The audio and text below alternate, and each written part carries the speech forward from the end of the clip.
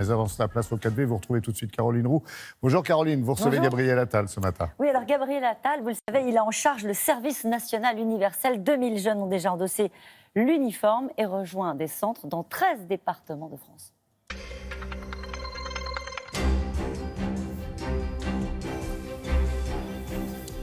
Bonjour Gabriel Attal. Bonjour. Nous allons parler du SNU, mais d'abord naturellement un mot sur l'assurance chômage. Des syndicats sont en colère après l'annonce de la réforme par le Premier ministre hier. Le patronat aussi parle d'économie punitive. Est-ce que vous pensez, vous, que les Français attendent cette réforme ?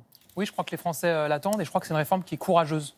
Elle est courageuse parce qu'elle s'adresse à des enjeux dont on parle depuis maintenant plusieurs années, la multiplication des travailleurs pauvres avec des entreprises qui abusent des contrats courts.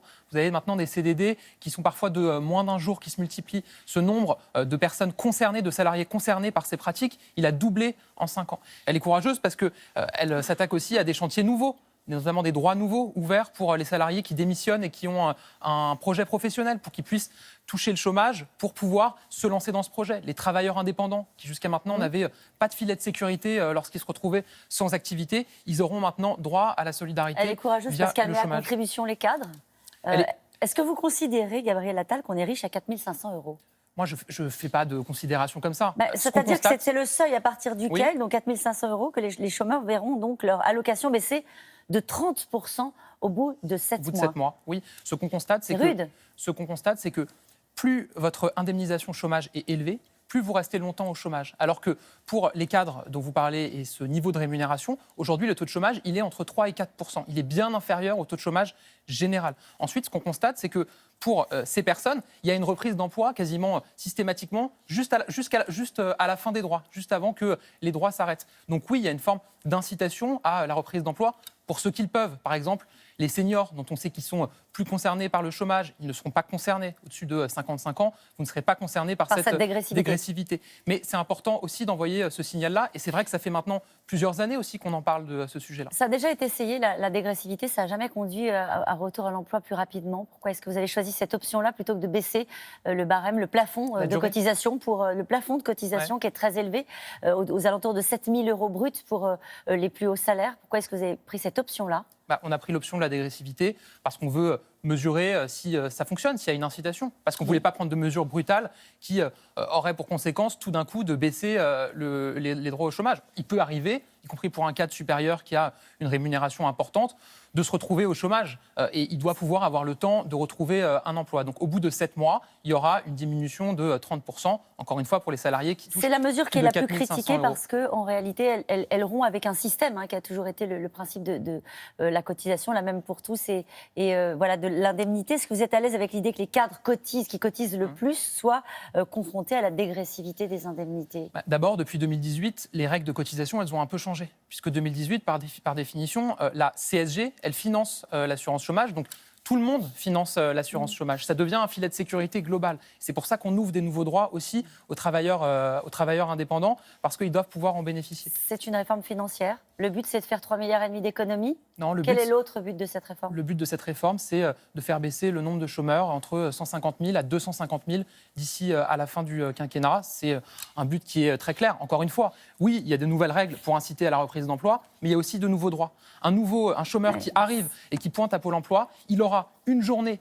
complète d'accompagnement par Pôle emploi. Aujourd'hui, c'est 45 minutes. Donc on veut aider les personnes qui se retrouvent au chômage à trouver un emploi, à se former. On augmente la formation, on met en place des formations personnalisées, on crée 1000 postes dans les agences Pôle emploi pour qu'il y ait plus d'accompagnement pour les personnes qui sont au chômage. Donc c'est une réforme d'équilibre.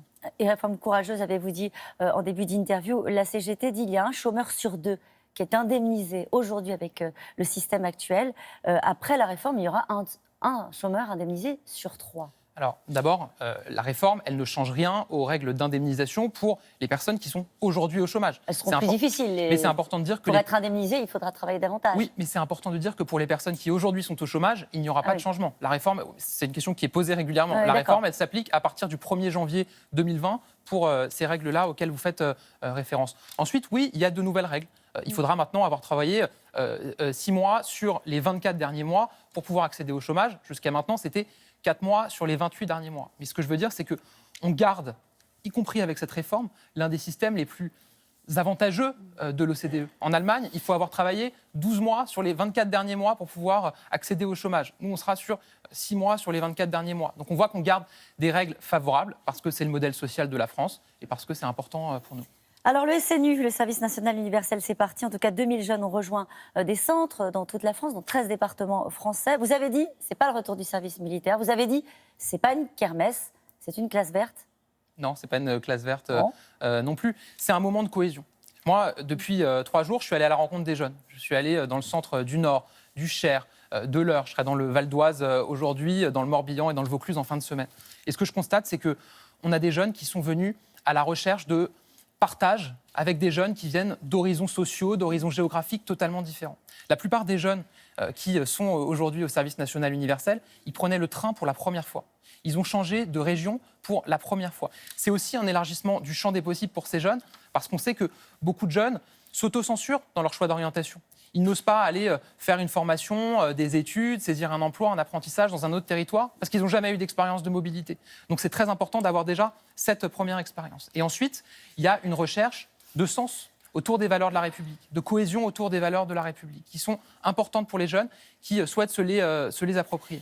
Comment vous allez tirer les leçons de cette première expérience? Comment est-ce qu'on va savoir si ça marche, si c'est à la hauteur de vos attentes? Ça, c'est très important. Et c'est pour ça que j'ai souhaité qu'il y ait une évaluation scientifique de ce dispositif. Concrètement, j'ai missionné l'Institut de recherche et d'études statistiques du ministère de la Jeunesse, l'INJEP, et il y a des chercheurs qui sont présents dans tous les centres du service national universel qui échangent avec les jeunes. Mais qu'est-ce qu'ils vont apprécier?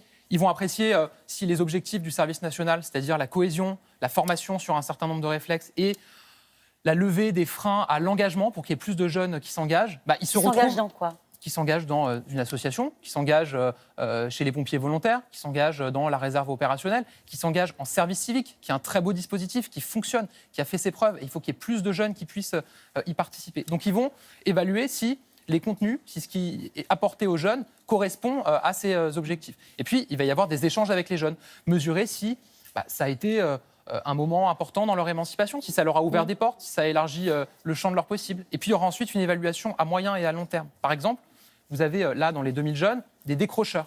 On va prendre un décrocheur qui aura fait son service national universel, le suivre sur 1 an, sur 2 ans, et regarder avec un décrocheur qui n'a pas fait son service national universel, les différences entre les deux. Comme vous allez apprécier ça scientifiquement, si ça ne marche pas, est-ce que vous reviendrez sur ce qui était prévu, à savoir la généralisation? Si ça ne marche pas, mais j'en doute, puisqu'on voit aujourd'hui que c'est très puissant. Oui, ça marche. On corrigera, on fera des adaptations. L'objectif, c'est d'avoir ce moment de creuset citoyen et de le généraliser dans les années qui viennent.